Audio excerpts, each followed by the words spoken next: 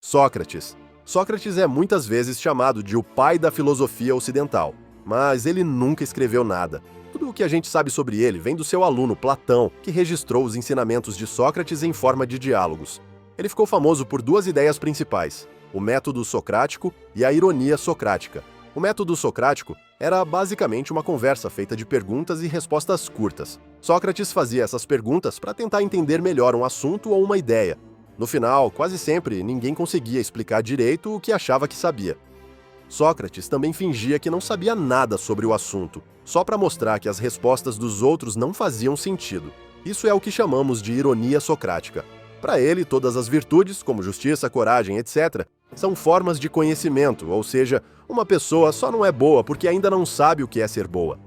Tem uma frase famosa que resume isso: ninguém faz o mal de propósito. E claro, a frase mais conhecida dele é "só sei que nada sei". Platão. Platão, o aluno de Sócrates, é conhecido pela teoria das formas. Ele achava que o mundo que a gente vê é só uma cópia do mundo real de verdade, que seria, digamos que, invisível para nós. E perfeito. Sei que pode parecer meio maluquice, mas vou explicar. Por exemplo, mesmo vendo árvores de tipos diferentes, todas elas seriam só versões imperfeitas da árvore perfeita que existe nesse mundo invisível das ideias. Essa árvore perfeita não está em nenhum lugar físico, mas é o que define o que é uma árvore de verdade. Uma das formas mais conhecidas de entender isso é a alegoria da caverna. Platão descreve pessoas que viveram acorrentadas dentro de uma caverna, olhando só para uma parede. Elas viam sombras nessa parede, causadas por objetos passando na frente de uma fogueira atrás delas. Essas sombras eram tudo o que elas conheciam do mundo. Só que as sombras não eram o mundo real, apenas uma parte dele. Para Platão, as sombras são como o que percebemos com os sentidos. E os objetos perto do fogo seriam as formas verdadeiras das coisas, que a gente só entende com a razão. Aristóteles. Platão dizia que as formas existiam separadas das coisas do mundo. Aristóteles não concordava. Ele achava que a forma de uma coisa está dentro da própria coisa. Por exemplo, a forma da maçã está dentro de cada maçã, não num mundo invisível. Isso é o que chamamos de realismo imanente. Aristóteles também dizia que todas as formas existem sempre em algo, e nunca sozinhas. Ele achava que não existia, por exemplo, um bem separado flutuando por aí. O bem só existe quando está presente em alguma coisa ou ação.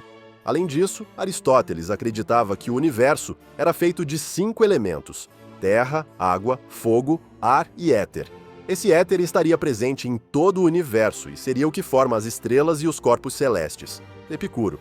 Epicuro acreditava que a filosofia existia para ajudar a gente a viver bem, de forma tranquila, sem dor nem medo.